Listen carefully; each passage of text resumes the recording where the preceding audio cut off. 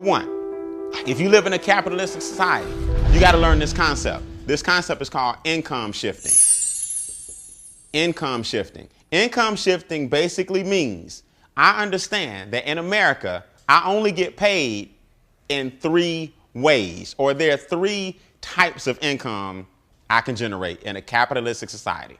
The first one is the most popular. The first way that most people choose to get paid is a W-2. Now, notice I said choose to get paid because you got options. It's just that the system pretty much puts you in a W-2 option. That's the one they promote the hardest. Also known as a what? A job. Make sense? So this is the job situation, and a job pays you on a format called a W-2.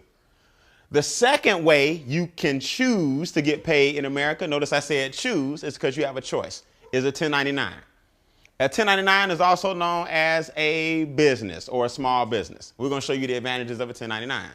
And the third way that you can choose to get paid is investments. So it's really elementary.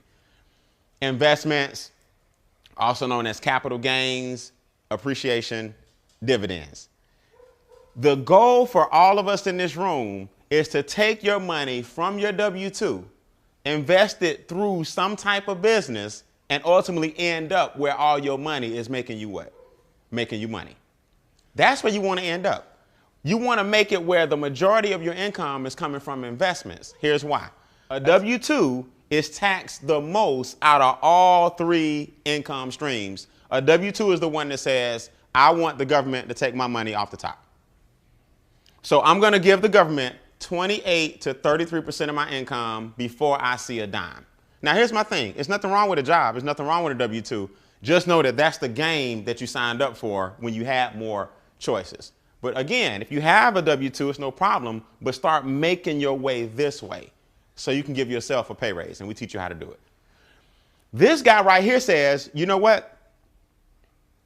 I'm going to get taxed 15 to 23%. Now, that's way better than 28 to 33. But it's not as good as this guy down here. Money says I get taxed less than 10%. Now, I'm not the smartest person in the world. I have an English degree, not a math degree. But my numbers up here do tell me that if I can get a government less than 10%, instead of giving the government, up to 33%, I need to really start finding a way to give the government less money. So here's the concept. Instead of always trying to get people to make more money, let's give away less money, and that's giving yourself a pay raise, and I'm gonna prove it to you. All right. So here's the philosophy. We talked about the three avenues of income and about how much they get taxed.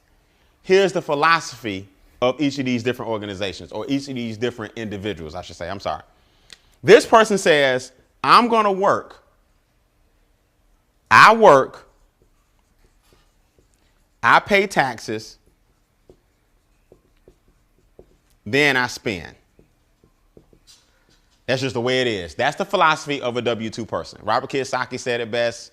Rich Dad, Poor Dad, Cash Flow Quadrants, all of his books. He talks about this. I'm going to work first. I'm going to pay taxes second. And I'm going to spend what? Last. This person says my business is going to work. I'm going to spend second. And I'm going to pay taxes third.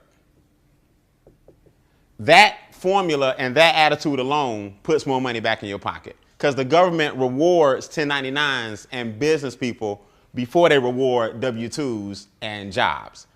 This person wants the taxes to come off first. This person wants the taxes to come off last. Now, I don't know about y'all, but I just feel like if I'm doing the work, I need to get paid when? First. This group right here, or this attitude is my money is going to work first. I'm going to spend second, and I'm going to pay taxes when? Last. So either way, these two are more beneficial because you pay taxes in the end. So let's get into it. How in the world do you literally shift your income from one income stream to the next? All right, this is real simple. In our company, we teach you three strategies to go from the highest tax bracket or the highest form of being taxed to the lowest form of being taxed. Three strategies. Okay, remember I told you it's three solutions to your four problems. Strategy one is create what's called a positive cash flow cycle. We also call it cash flow success. Most people have a cycle of cash flow failure. The first thing we got to do in order to make our way over here is take your current income without you having to market or sell a dime and create a cash flow what cycle? Success. Most people have a cash flow what? Failure. So the first thing we got to do is flip that. Here's what a cash flow failure cycle is. Your lack of money is costing you money. In other words, who can relate to this? Now, just be honest. Either you know somebody or yourself, because I've been there, I've done that. The bills are late, so all of them got a little late fee on them, right? The lights ain't off, but the light bill may have been $130, but yours $155 because $25 late fee, right? Everybody can relate to that. The gas is not off, but if you look at all your bills, there's a gas fee. See, the lack of money is costing you money. The rent is late. It's due on the 5th, but I get paid on the 7th. So unfortunately, I just got to pay mine on the what? On the 7th. The lack of money costs you money. So if your rent is $11.50, but you're paying $12.50 only because it's late, your lack of money is costing you what? Costing you money. See, that's cash flow failure. I don't have enough money to afford a real good CPA, so my cousin does my taxes for free.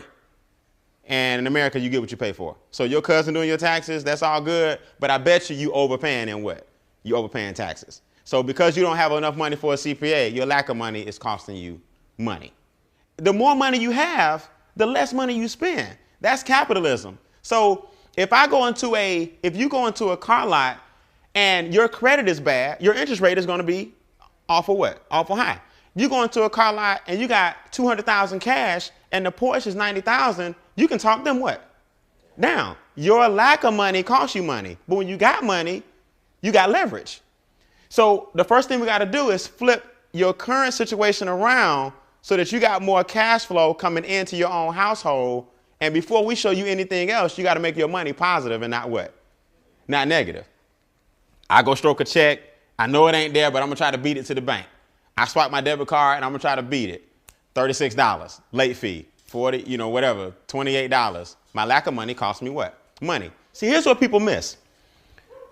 You might say to yourself, well, Brian, them little late fees, not really a big deal on my gas bill, cell phone bill, credit card bill. When you add each of those up per month, let's just say it's $50. Multiply that by 12, that's $600. Multiply that by your working years, times 40 years. You in late fees pay tens of thousands of dollars in late fees. Now, if you had those late fees back and you were investing them, that's where your $1 million is. Your $1 million, you got your $1 million, is caught up in negative cash flow. So strategy one, convert you from cash flow failure to cash flow what? Success. Using your own what? Money. Here's how you do it. Here's the first thing you need to do. The first thing most Americans need to understand is their W-4 is filled out wrong. That's the form you filled out when you first got your job that told the government how much taxes to take out. Most people filled it out so long ago, and human resources really can't help you fill it out. And most people don't understand the W-4 and didn't claim or didn't have enough exemptions and gave the government the majority of their money. Now, if you go to irs.gov on the website, it states most people, which is 114 million Americans, have their form filled out incorrectly. It says they are overpaying taxes on average of $40 a week too much. Now, last time I checked, $40 a week times 4 is $160 per what? Month. Do you think if you had an extra $160 come back into your check, it might be able to cut off some of them late fees and flip that around, right? So the first thing we do is we tell people, adjust your W-4, and here's why. People think that getting a refund check in America, like your accountant or the person who does your taxes did you a big favor. They really didn't. It's called a refund. That means we took all this money out your paycheck. We're going to give it back to you in April after collectively the government went and made a whole bunch of what off our money? They made a whole bunch of money. Now, the government doesn't give you the interest that your money made. They just give you what they took.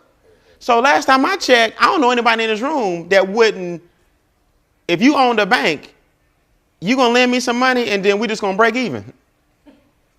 That's basically what you're doing on your tax refund. You're giving the government all your money during the year, and then on your refund, you break what? Break even. And then we celebrate like, man, I got $5,000 back. What if you went ahead and just had your $5,000 throughout the year? You probably could have been paying down some of the things that's causing you to be in the negative what?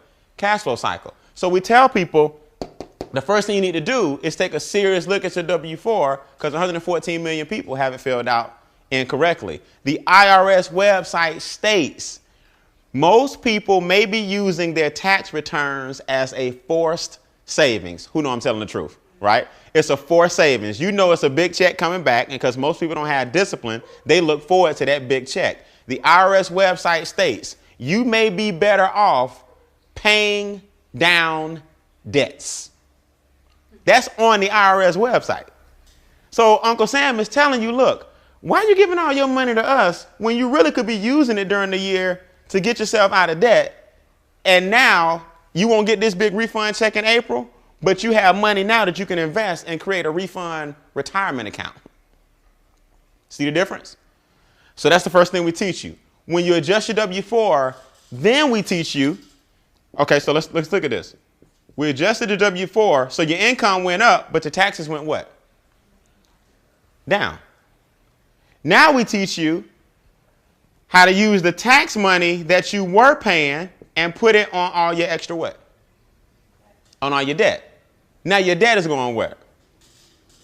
Down.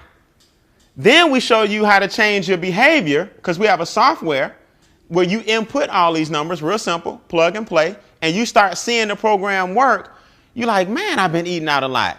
Man, if I just got rid of this bill, if I just got rid of that bill, I'd have an extra $230 a month. If I wasn't paying so much money over here, I could take that $230 and put it over here. I'm going to show you a true story of how this works.